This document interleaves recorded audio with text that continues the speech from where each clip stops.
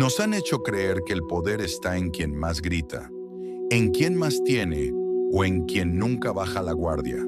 Pero la verdadera fuerza no siempre hace ruido. Existe un poder más profundo, uno que no nace del ego, sino del carácter. Es la capacidad de esperar sin desesperarse, de mantenerse firme sin perder la paz.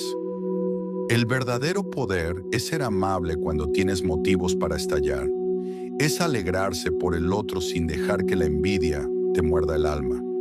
El amor no necesita imponerse para ser grande. Es sencillo, es paciente y permanece en el tiempo.